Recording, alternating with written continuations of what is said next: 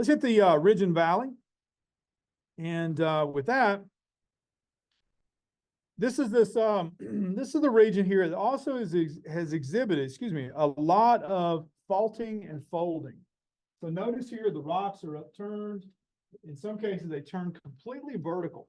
Keep in mind, when rock layers are deposited, they are deposited horizontally.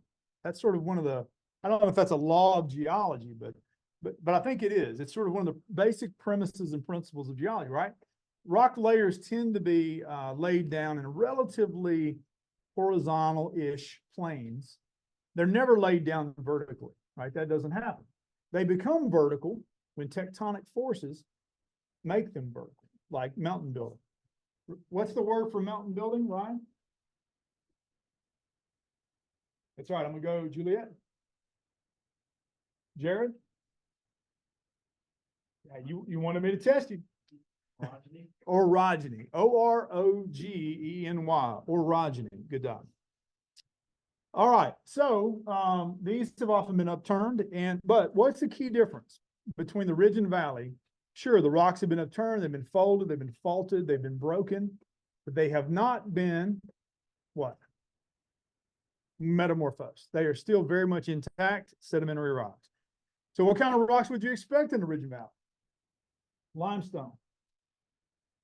What's a couple others? Non-metamorphic, sedimentary rocks. Sandstone. Give me another one. Not schist. That's a highly metamorphosed from shale, right? Shale is very common in the ridge and valley. Okay, dolomite. Those are your key ones. You also could expect siltstone, but that which we'll see a little bit of. Okay, the ridge and valley is a very long, very narrow ecoregion. On the southwest, it begins south of Birmingham, Alabama, and then it goes all the way up in a very narrow corridor, right? Generally only about 50 to 75 miles wide. It gets widest up in like Pennsylvania, probably more than anywhere. And it goes all the way to the Hudson River Valley of New York. And some people even suggest for a map that it goes all the way into southern Quebec, Canada. But at least from New York to Alabama, it's over 1,000 miles long, but it is narrow. And it represents this basically the leading edge of what was historically a gigantic mountain range. Remember, we said over here, it was the height of the Himalayas, progressively smaller this way. And then even these rocks were dramatically thousands of feet higher at one time. And they have been eroded down now to what is mostly a valley. Early settlers called this valley that is located sort of between the Blue Ridge and the Appalachian Plateau on the west, they called it the Great Valley. This was the primary corridor that early settlers moved west across the Appalachians. They didn't go from here through the mountains to there, okay? They didn't go from here through the mountains to Ohio or Kentucky. They came from Pennsylvania, came down the Great Valley, poured through the Cumberland Gap into Kentucky or down into Tennessee. So this was an important migratory corridor for early settlers. But before that, it was a major thoroughfare of travel for Native Americans. The southern tribes like the Cherokees, the Muskogees, I'm trying to think of the ones that are principally over to the east, the Catawbas. They would routinely use the Ridge and Valley, the Great Valley, to go north on trading expeditions with the northern tribes, like the Iroquois, the Ojibwe, the Miamis, the Great Lakes tribes. And so they used that as a major thoroughfare for travel. But before they used it, something else used it. And I'm going to give you a hint. And it's found recently in a cave right there in Lee County, Virginia, that southwesternmost county. What do you think was found right there that hints at what was here and how that valley was being used before first people got here 10 to 15,000 years ago, even before the first Native Americans? What did they find? Give me three guesses. Some type of fossil? It's a fossil. Yeah, what do you got, Jaron? It's a mammal. Yeah. A mammoth? There are mammoth fossils very near there, absolutely. But that's not the one I'm thinking of. But that tells a story, sure. Jaron, do you have something else? There are ground sloths from there, but that's not the mammal I'm wanting to tell you about. But you're building a story. Keep going. There are cave bears from here, but that's not the one I want to tell you about. What's another one? Human remains? Well, there are human artifacts from this area that date to 10 to 11,000 years ago, which is significant. But this is much older than that. It's probably on the realm of 20 to 50,000 years old. One more species, one more guess. It is a carnivore. I'll give you that. Carnivore. It's a big cat. The lion. Chase said American lion, North American lion. Laura says lion.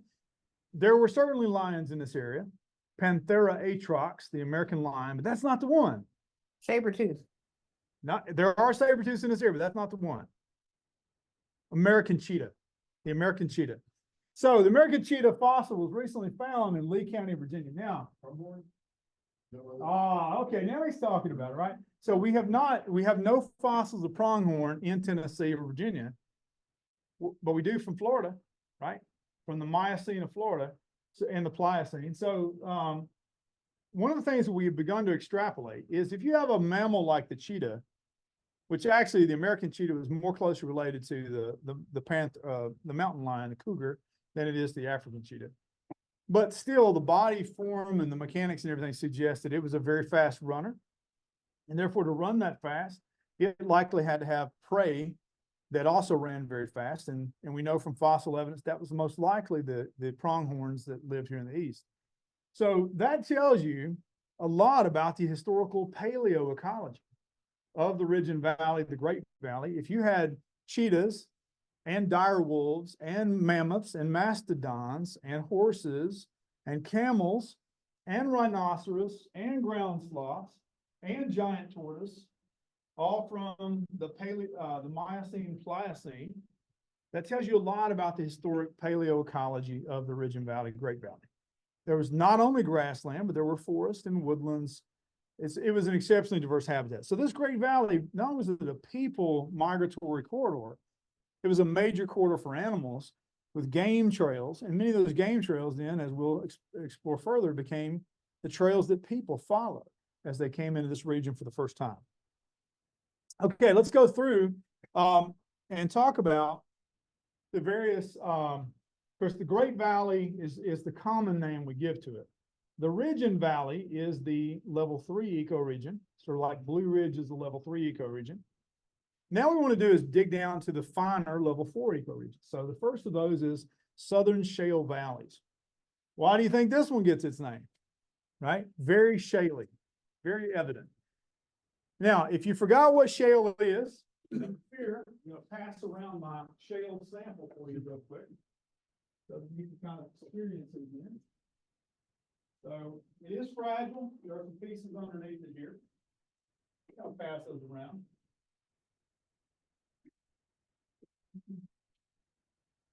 So the shale fragments make this area what? Highly erodible. Now, it's important to realize that there are marine shales and freshwater shales. Some of them are acidic shales. Some of them are calcareous shales. So a lot of the soil chemistry is heavily affected. I want you to look for one clue in this photograph that tells you about the pH of the soil and tell me what that is.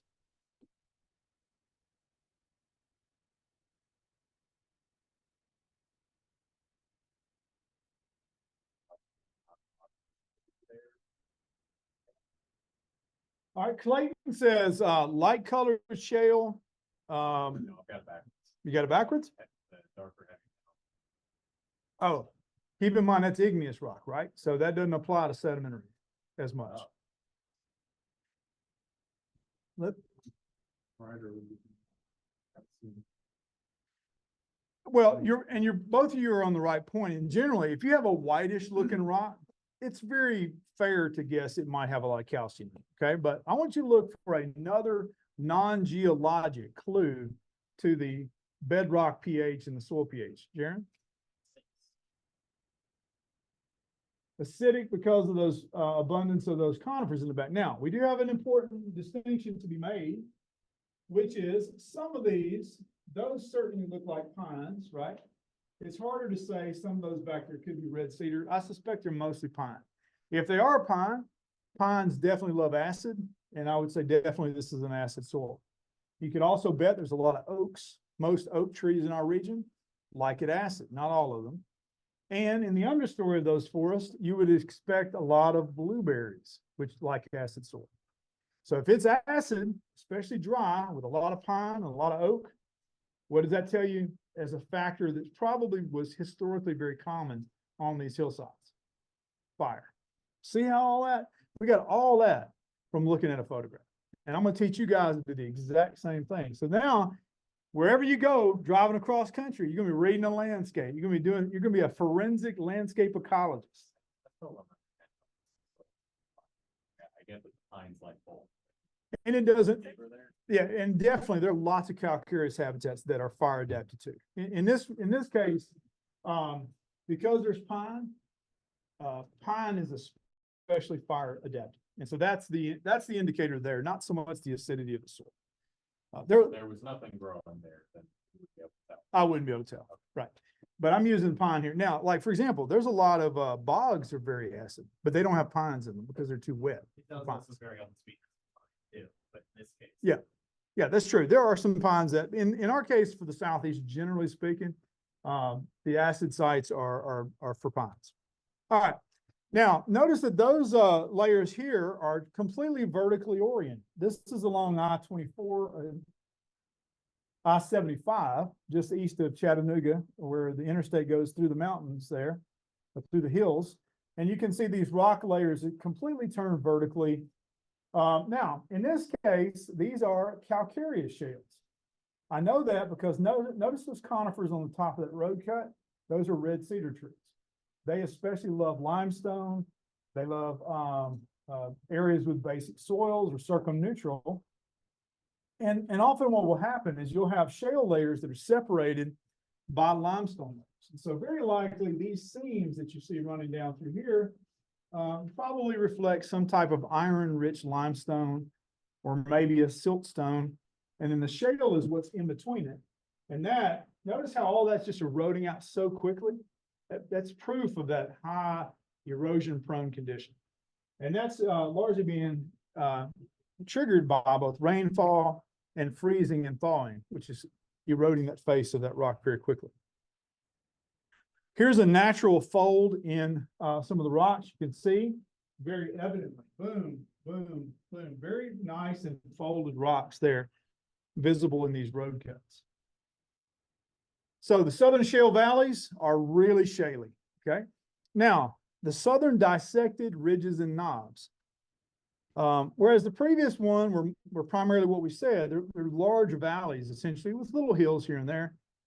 This is a region that really especially is present here.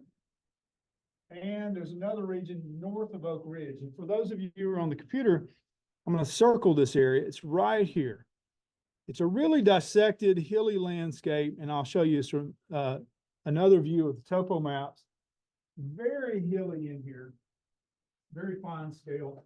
Not a mountainous area. These hills are only 200 or 300 feet high, but super dissected. And this is what it looks like up around Norris Lake, north of Knoxville. Very divided, little valleys and little hills here. A lot of the geology here is limestone, dolomite, siltstone, not much shale. Okay, now the third region, very prominent ridges of sandstone. One of the things that gives the Ridge and Valley its name, Ridge and Valley, is because of these very prominent features. Notice that there's a ridge, there's a valley. There's a ridge, there's a valley, right? These ridges run hundreds of miles in length. You can have an entire ridge system that may be 300 miles long, and the valley beside it could be equally as long. In some cases, those valleys are, not even a mile wide. That's probably, a quarter mile wide. In other cases, the valley bottoms can be many miles wide. And those are the ones particularly that were used for travel corridors historically. But why do we have these ridges where we do? Well, what do you think? Why are these ridges there, Chase? Erosion resistant rock, in this case, probably what? If it's a sedimentary rock,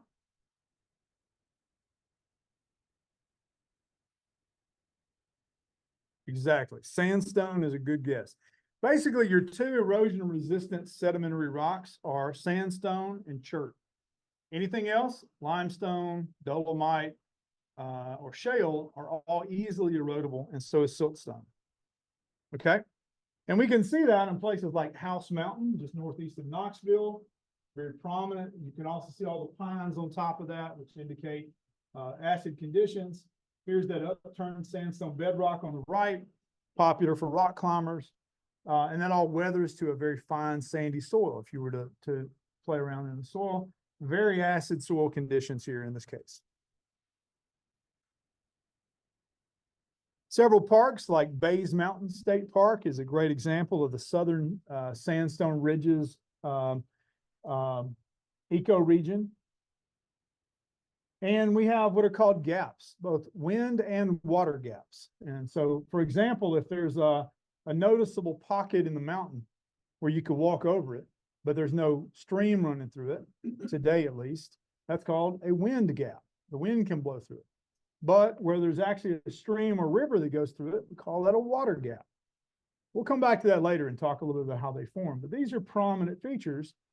And it's one of those gaps that came all the way down to the valley bottom, called Cumberland Gap, which we'll talk about in a little bit, is what enabled many of the settlers to pour from the east side of the Appalachians, pour through the mountains, settling to the west in the 1700s. And there's another one of these gaps. Sometimes these ridges are almost, almost like the back of a dinosaur. Now, some of these rocks are locally called quartzite. I don't know that they actually are, but I can't dispute it either. So some of these might have hints of metamorphism. They certainly call it the Clinch Mountain quartzite, but yet it is technically classified in this region, according to most maps, as a sedimentary rock. So I don't quite know how to make sense of that myself. All right, let's go to the next region called the Southern Limestone Dolomite. This is a stupid ecoregion. Just stay with me. That's stupid. Okay, I get it. You don't want to say that's fine. But it is. It's stupid. Southern Limestone / Dolomite valleys and low rolling hills. Who in the hell named that thing? Can we all agree that's just too damn long? That is too damn long. Can I get an amen on there? Does anybody think that's too long? God, dang, man. Can we just call it like, I don't know. Limestone flats. Something, alkaline valleys, something. Dolomite is just a type of limestone, basically. Right, I mean, Just call it limestone. I mean, but nobody wants to, God, man, just don't even get me started. Northern versions of these, but sometimes, but not always. Yeah, Sometimes, in not always. Well, in this case, all of these examples do have a northern equivalent. And if you look, where that begins to change is right here, where the New River crosses in Virginia. Everything north of the New River goes by the name of northern limestone dolomite valleys and low rolling hills, northern shale valleys, northern sandstone ridges. There you begin to experience the effect of climate as helping to explain biogeographic patterns. And so many of the southern species actually reach their northern limits in Southwest Virginia today, and they don't get up into this part. So there's a lot of northern species likewise that don't get into Northeast Tennessee. Matthew? No, the glaciers came almost about where New York City is. That's where the glaciers were. So you got to go all the way up the Ridge and Valley into northeasternmost Pennsylvania before you hit the glacial boundary. It just happens to be like, if you think about climatic zones sort of moving southward, it just happens to be that this is remember we looked at those hardiness zones? I was giving you an example. My grandmama's magnolia tree, right? Well, those hardiness zones are kind of right in here. And so When you get north of that, you reach a different zone that is climatically a little bit cooler. So ecoregions attempt to not only pull in, all these kind of things we're thinking about, like physiography and geology and soils, but there is a climatic aspect to it as well. Okay, the next one then we want to get into then is this southern limestone, Dolomite Valley and Long Rolling Hill. Okay, so this one is primarily a very open, sort of low, physically, topographically low area. If you look way off in the distance here, the city of Chattanooga is right there, and that's Lookout Mountain above it. That's a different region. That's the Cumberland Plateau we're going to next. It'll make up our next hour.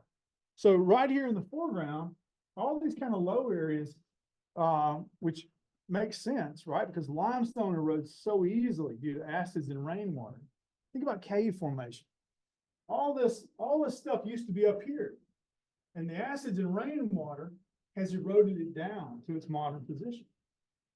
And so what you might have then is maybe the top of this mountain, this hill right here, actually might be capped in a slightly erosion resistant rock like chert, or maybe a little bit of residual sandstone. Once that gets weathered away, there's nothing stopping the underlying limestone layers from eroding very rapidly over the course of geologic time. And so, unfortunately, a lot of this valley now has been flooded by the flooding of the Tennessee River through the creation of Nickajack Dam and Chickamauga Dam and all those. And so, Watts Bar Dam, I mean, the Tennessee River, unfortunately, has just been murdered, biologically and ecologically speaking, by our good friends at the Tennessee Valley Authority and President Franklin Roosevelt's New Deal, which, was fortunate in many ways, but it was unfortunate from an ecological perspective, because we saw the immediate extinction of numerous mussel species as a result of flooding these rivers. We flooded the ancestral homelands, the capital, some of the capital towns of the Cherokee Nation, completely underwater. There are actually at least one Spanish fort from 1567, which is underneath one of these lakes. I mean, there's so much archaeological, cultural, ecological, biological degradation that we'll never get back that are underneath these lakes. So hopefully you can look at this and say, yeah, that makes sense. I understand why that's limestone, right? That light gray color rock. And a lot of this is dolomite too, but how would you tell the difference? Not the scratch. That's siltstone versus claystone. A little hydrochloric acid. Dadgummit. Mine arrived in the mail. Next class period, I'm going to bring my hydrochloric acid diluted. We're going to do the fizz test, okay? Okay, so looking out. Say again? I do that. Yeah, that's a good idea. I don't know. I don't know what the protocol is for that. One time I smelled. Under a fume hood if you're in chemistry class. Good point. So I think you should do that outside. We'll do it outside. Yeah, we'll do it outside. I actually sniffed of an acid one time. I thought I was going to die. You should never do that, because I learned after the fact, after sniffing it, that you could add, you can actually kill your entire lung system. Yeah, I didn't, I don't want to go back to chemistry for that reason. Okay. All right. So, just to wrap up this section, with a few more minutes, we're going to take a break, about 5 more minutes. Here's Chattanooga looking out, up that long valley. That's all the limestone, dolomite, now, these valleys, it may not make sense, but these valleys, Laura, used to be ridges. Okay. And how do we know that? Well, take a look at this. They used to go up and folded over because of all that tectonic activity. And that folding upwards cracked those hard rocks, the sandstones and the cherts. They begin to erode quickly down thanks to rivers that are no longer there. And they get carried away, leaving a valley in their wake, right? They go up, now they're a valley where there used to be a hill or a mountain. So these are referred to as an anticline, where the fold goes up and over. And when you have a valley that forms in an anticline, it's called an anticlinal valley. Now, whenever you have an anticline, usually adjacent to it, you have what's called a syncline, which is one that goes down. It's kind of like a concave basin. Here's an anticline. This is a syncline right here, okay? For those of you on the computer, here's that anticline, and then this area where there's a dip over here and its concavity is a syncline. Here's another way diagrammatically to see that, right? So here the Ordovician layer, Ordovician limestone comes up, like that. Silurian layer would have come up and like that. All that got eroded out now to form a valley. The same rock layers are on both sides of the valley edge. You can go see them over here and on this side. Same fossils, same age, and so forth. Is it still eroding away? Oh yeah, everything's eroding. That's one of the facts of life right there, Laura Lou, is that this hillside I'm showing you a picture of will not be here in probably about 5 million years. It'll be eroded down. But part of the reason why we can see that is the evidence is there, remember, in those slanting rocks. That tells us they used to keep going and then they were eroded down.